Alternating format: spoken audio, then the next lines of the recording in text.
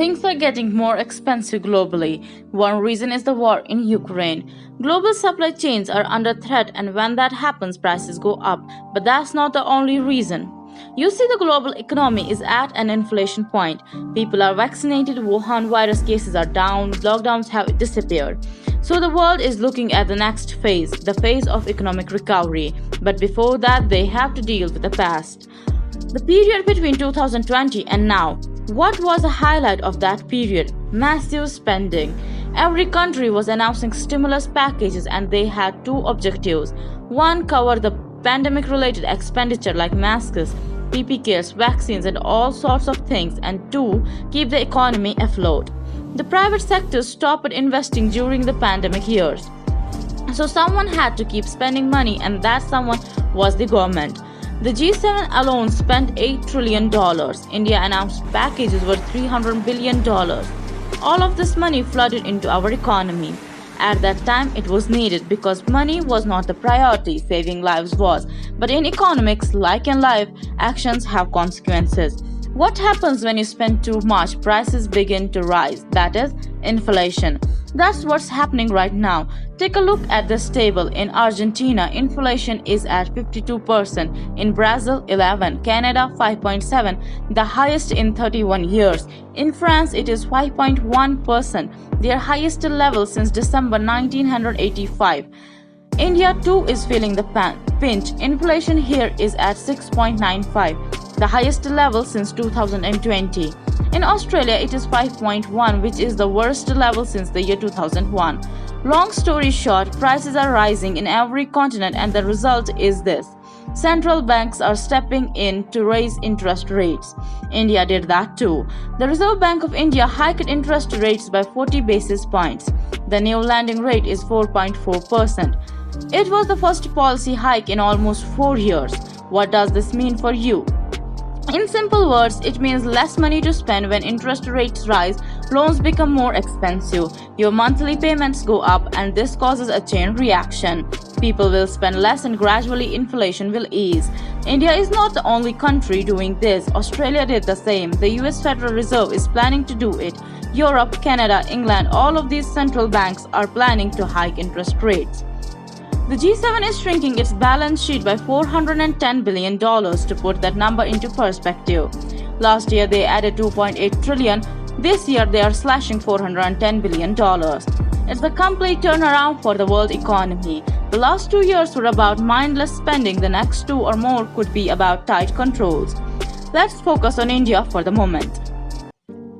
Sensex dropped 1,300 points. Today Nifty fell 2%. Is the worst over, or could the markets fall even more? Depends on what the US Federal Reserve does. Foreign investors are waiting for their decision. The US Federal Reserve, and rumor is the Fed, will hike interest rates by 50 basis points, their largest hike since the year 2000. And if that happens, foreign investors will flock to America. Where will they flock from? Possibly Asian markets. Investors could pull out of Asian markets and dump their money in the US, and if that happens, the markets may fall further. So hold off on any immediate stock. That's what experts say. Where does all of this leave our economic recovery then?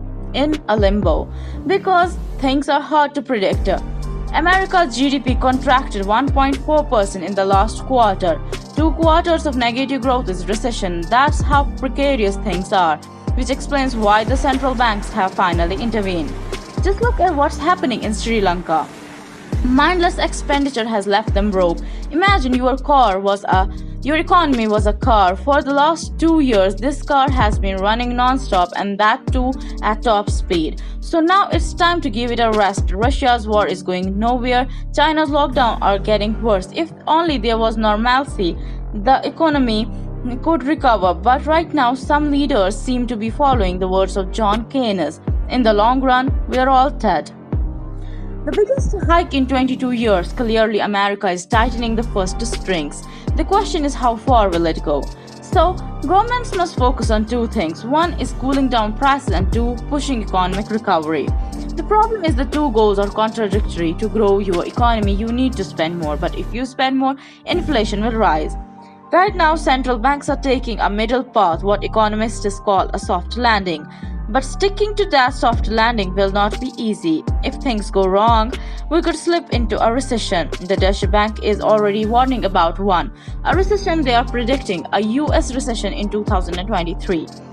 When the US enters recession, the whole world suffers. Technically, recession is 2 quarters of negative growth. America is halfway there, but the Fed chairman is confident about his economy's fundamentals. A slow economic activity but no sense of recession, that's the Fed's assessment, and hopefully they are right. But what should you be doing if that's not the case? Holding on to that job should be a priority, but here too, there's a catch. We are in the middle of the Great Resignation. In 2021, around 47 million Americans quit their job, and finding new ones should not be hard. US job openings are at a record high. Europe's unemployment is at a record low. So you have a strange dynamic at play. More people are quitting and more jobs are opening. Well, that does not usually happen before recessions, like we said. Nobody knows how this will pan out. So guys, this was for today. Give us your thoughts on this in the comment section, and if you appreciate our content, please hit the like button and subscribe to our channel. Share this video with your friends and family. We will meet soon in a new video. Thank you. Jai Hind.